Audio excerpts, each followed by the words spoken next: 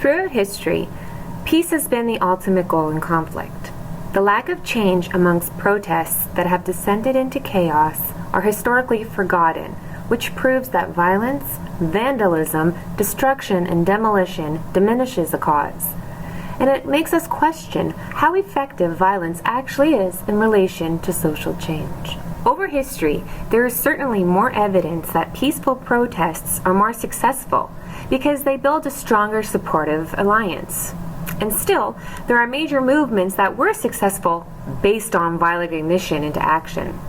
As peaceful protests are more successful, our group will demonstrate that utilizing peace in a protest is the correct and most effective way to voice and demand a change without chaotic outcomes. Peaceful demonstrations gain more support and inspire a lasting change.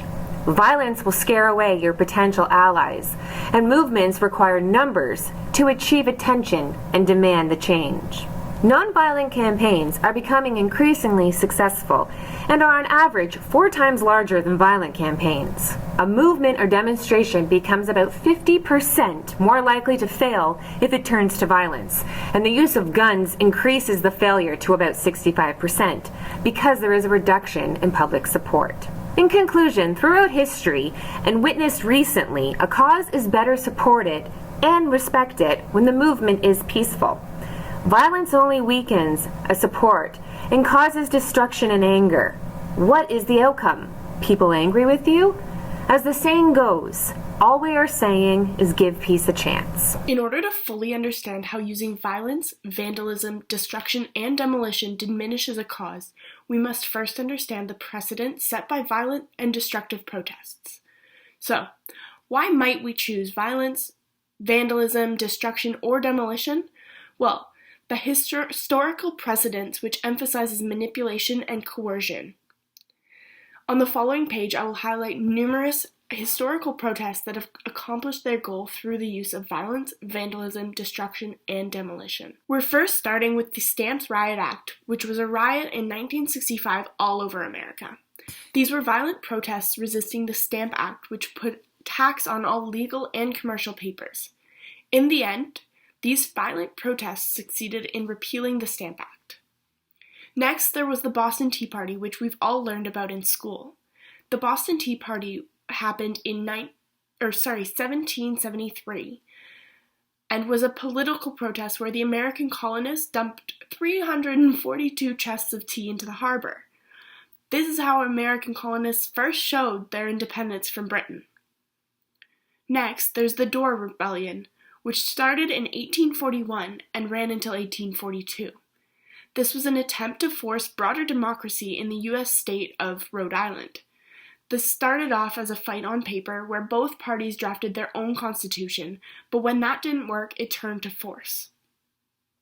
The 1967 Detroit riot acts were some of the most violent riots in U.S. history. The riot erupted when police showed up to take away and arrest many black patrons at a bar. The police had previously been accused of actively racially profiling and participating in police brutality towards the black communities. These riots encouraged Americans to reconsider their American system and move to fix it. It was a fight for black lives. And finally, I wanted to look at the Stonewall Riot Acts, or the Stonewall riots in New York City. These riots erupted in 1969 outside of the Stonewall Inn, which was a gay bar in Greenwich Village of New York City. These riots were between police and gay rights activists fighting against the constant raids at gay bars in Greenwich, all because these people identified as gay. This riot helped to jumpstart the gay rights movement in the United States and all over the world. Historically, violent protests have benefited us as the people. However, in today's age, we don't want to see anyone being violent anymore. It is more beneficial for us to act in protests, peaceful protests that constantly fight to be better. Yes, historically, violence has kickstarted some of the biggest movements we've ever seen. However, today, we want to be peaceful in our fights for a better world. In recent years, studies have shown nonviolent protests are twice as likely to succeed over violent protests because if a protest engages or exceeds a threshold of 3.5% of the population, it has never failed to bring change. A quote from Erica Chenoweth, a PhD, once said, "Numbers really matter for building power in ways that can really pose a serious challenge or threat to entrenched authorities or occupations." So over time, studies have shown that a successful protest is based on the strength of numbers. Studies have also shown that peaceful protest led to political change 53% of the time, whereas violent protests only led to political change 26% of the time. Why may this happen, you ask?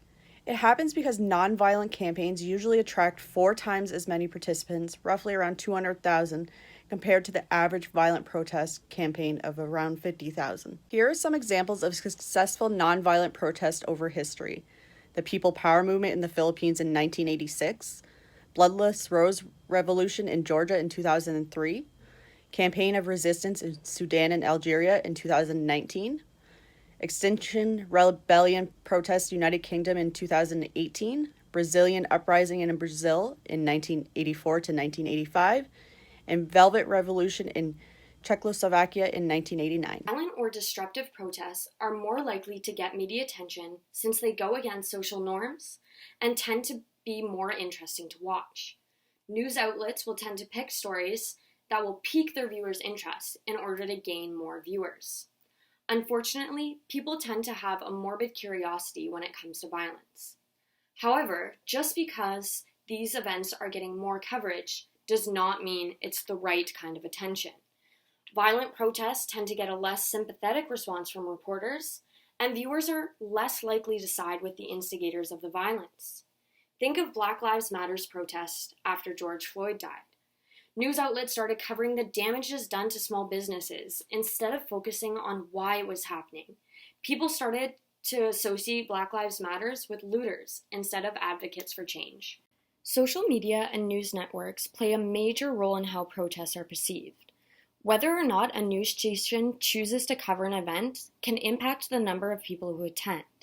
If only certain parts of the event are covered, it can impact the way that the protest is perceived.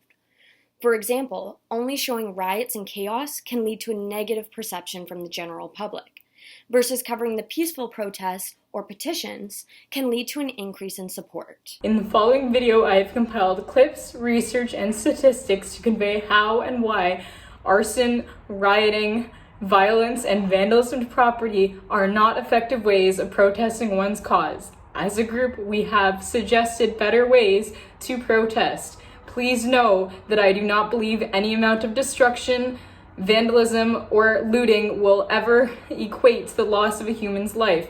And my heart goes out to all of the people of color and officers who were harmed in the following clips. Thank you and enjoy.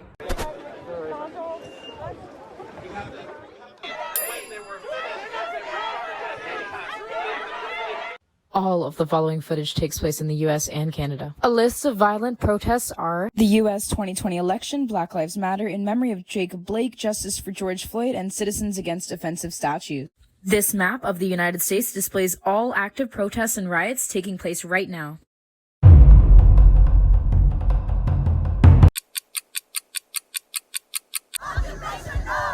Tributes across the country have been called into question.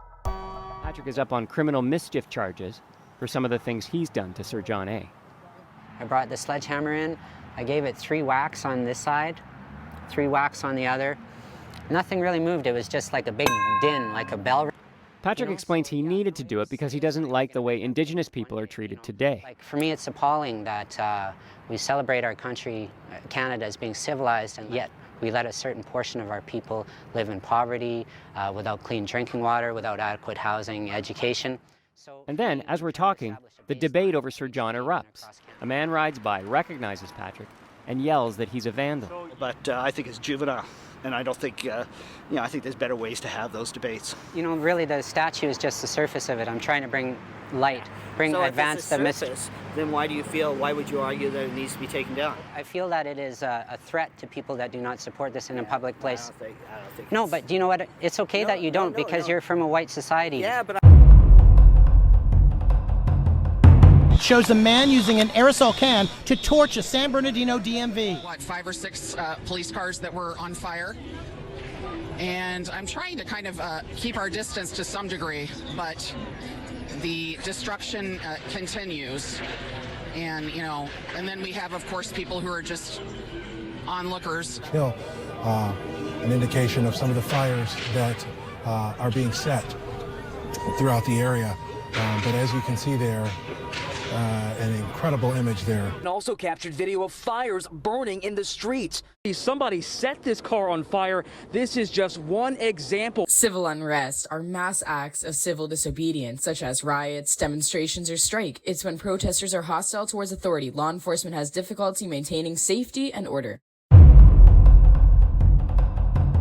Out the window on this gym, stole the computers. Down on the floor, that's an empty cash register. It's a family business now destroyed, and ransacked the store. The lock on the front still intact.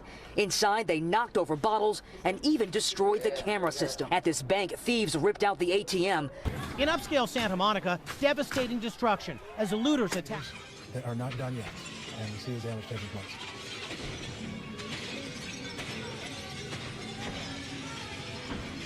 Unbelievable. Looters freely walking around with stolen liquor. And at this pharmacy, the glass counters are knocked over. The cops got caught flat-footed. More than 10,000 are arrested during 2020's protests decrying racism and police brutality in the wake of George Floyd's death. As looters storm the luxury clothing store Alexander McQueen and make off with thousands of dollars worth of goods. Extraordinary footage shows a woman using her body to try to stop looters, one armed with a hammer, from smashing their way into a sporting goods store. Looters make off with bicycles and backpacks. Watch this dude slip and fall. He's doing it. People need to start chaos in order to make their point across. Storefront after storefront after storefront is boarded up. A lot of these small businesses have left messages for the looters that say, "We forgive you. Black Lives Matter, and we remember George Floyd." People work their whole lives for these businesses. I'm just going to try to stay here for as long as I can. Oh, stop!